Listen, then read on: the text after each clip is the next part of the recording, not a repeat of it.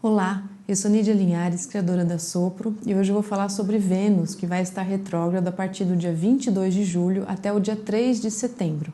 Ela está em Leão e vai partir do grau 28 e vai ficar retrógrada até o grau 12. E antes da gente falar das questões de Vênus retrógrada, eu queria trazer um texto sobre o signo de Leão, meu querido Steven Forrest. Eu estou numa fase dele, esse ponto de vista está fazendo mais sentido para mim nesse momento. E os trechos que eu vou ler hoje são do livro The Book of Fire, The Life Givers. Eu não achei tradução em português, então eu fiz uma tradução livre aqui pra gente. E quando ele começa a falar sobre o signo de Leão, ele traz pra gente uma historinha, pra gente imaginar uma criança que está num balanço e os pais estão vendo ali uma distância no parque. E a criança balançando cada vez mais alto, toda feliz de estar conseguindo balançar alto, e ela grita para os pais: olha para mim, olha só, olha o que eu estou fazendo. E os pais olham para ela e reconhecem isso, né? Falando: nossa, que legal. Mais ou menos isso, resumindo a história. E daí, sobre essa história, ele diz: isso é universal e arquetípico. A criança e sua própria criança interior quer que sua vitória gloriosa seja reconhecida. Para que seja real, ela deve ser testemunhada. É a quintessência do clã de Leão. A criança no balanço está expressando um sentimento clássico de Leão de uma maneira instintiva, dizendo: olhe para mim. Essa necessidade de ser vista, celebrada e simplesmente reconhecida nos leva diretamente ao santo graal do clã de Leão, que é a feliz síntese entre a autoexpressão verdadeira e a plateia apreciadora certa, a atenção da vida. O que sustenta a nossa vitalidade em Leão? Em poucas palavras, é a autoexpressão autêntica. Nós podemos ter toda a atenção do mundo, mas se não for uma reação ao que nós verdadeiramente somos, então acaba sendo tão nutritivo para a alma quanto um algodão doce para o corpo. Com Leão, você deve correr um risco emocional, senão não vai funcionar. Eu já achei muito legal esse trecho onde ele enfatiza que o importante é que a autoexpressão seja autêntica, porque aí sim a gente está ativando positivamente a consciência de Leão. E ele continua dizendo: a vulnerabilidade é leão puro. É nesse tipo de atenção que vem das pessoas que importam para você que esse signo floresce. Se não houver risco emocional, você só estará fazendo um ruído. Sem aquela sensação de ter o seu coração exposto, você estará apenas criando uma ilusão teatral que não tem nada a ver com você. Mesmo se a ilusão teatral for aplaudida, a sua alma não será alimentada de forma alguma. E a responsabilidade é toda sua, porque você não se arriscou com a sua alma. Em poucas palavras, se você não tiver frio na barriga, você não está no caminho de Leão.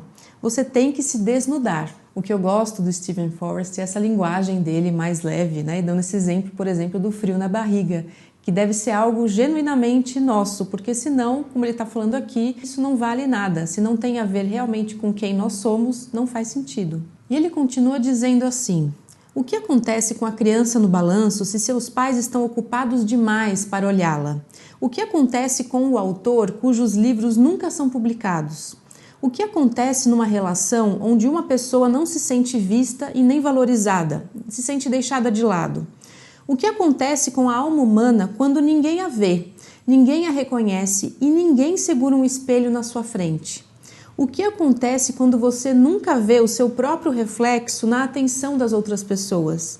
Em qualquer uma dessas situações, nós sentiríamos que a nossa energia vital está se esvaindo. Quando os elementos leoninos de nossos mapas são abafados dessa forma, podem haver algumas distorções de comportamento, dependendo da natureza do resto do mapa. Mas em todos os casos, enquanto seres humanos, a nossa vitalidade vem, em parte, da atenção das outras pessoas. Nós vemos isso claramente com as crianças. O mito é que, sendo adultos, nós temos que superar isso. Mas nós não superamos. Nós não devemos superar. Essa vulnerabilidade voluntária de uma pessoa para outra é fundamental para qualquer compreensão positiva do clã de Leão. O caminho de Leão envolve o risco de desnudar nossas almas e termos coragem o suficiente para deixar que o reconhecimento e a apreciação, ou a falta dela, sejam importantes.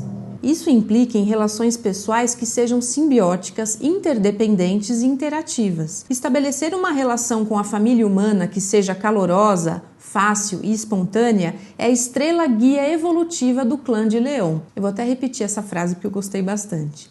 Estabelecer uma relação com a família humana que seja calorosa, fácil e espontânea é a estrela guia evolutiva do clã de Leão. E esse gesto autoexpressivo é absolutamente aterrorizante para quase todo mundo. Grandes gestos de vulnerabilidade, como ser a primeira pessoa da relação a dizer eu te amo, ou escrever um poema profundo e ter coragem o suficiente para mostrá-lo para alguém, ou subir num palco e interpretar uma criação própria. Quanto maior o risco e mais profunda a sinceridade, mais energia vital será dada ao clã de Leão. E o que eu adorei é que ele trazer a questão da vulnerabilidade, porque eu nunca tinha lido em nenhum outro livro a respeito do signo de Leão, desse ponto de que só estando vulneráveis é que realmente a gente consegue se expressar de forma autêntica. E já falando sobre os trânsitos, quando os planetas entram em Leão, o Steven diz o seguinte: quando um planeta entra em Leão, nós nos vemos face à necessidade de integrar dois arquétipos, a natureza específica do planeta em questão e o objetivo flamejante de Leão. O que quer que tenha sido criado durante a passagem por Câncer, agora ruge. É o momento onde o coração deve correr o risco de ser julgado. A evolução agora depende de nos voluntariarmos para a vulnerabilidade. O que quer que tenha crescido na segurança da carapaça do caranguejo, agora precisa subir no palco da vida.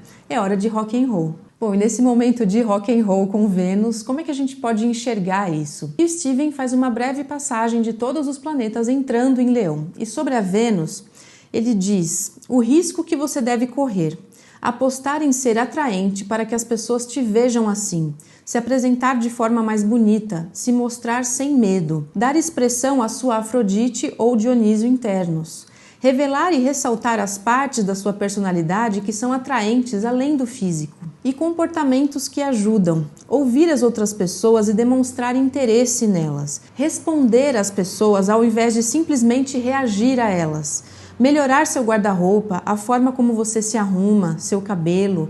Ter abertura para chamar atenção. E quando o ego ou insegurança roubam a cena, a vaidade pode aparecer e nós podemos cair no ridículo de maneiras tão óbvias para todo mundo, exceto para nós. Um looping terrível começa e nos prendemos a ele. As pessoas deixam de prestar atenção em nós, o que alimenta nosso desespero para conseguir atenção. Além, é claro, dessa questão da aparência, que também faz parte do movimento de Vênus em Leão, sim, também é importante, afinal de contas estamos aqui encarnados, então esse olhar para a autoestima, para a gente se gostar da nossa imagem, claro que é importante, mas se a gente for lembrar da vulnerabilidade que ele fala, como Vênus trata das relações afetivas, não só românticas, mas todas as relações, é um grande convite para a gente se abrir para essa vulnerabilidade nas relações, que é muito difícil. E além desses pontos da autoestima, de como a gente relaciona, Vênus também está relacionada ao que tem valor para nós, inclusive o dinheiro. Então é um momento bastante propício para a gente olhar para a maneira com a qual a gente lida com o dinheiro,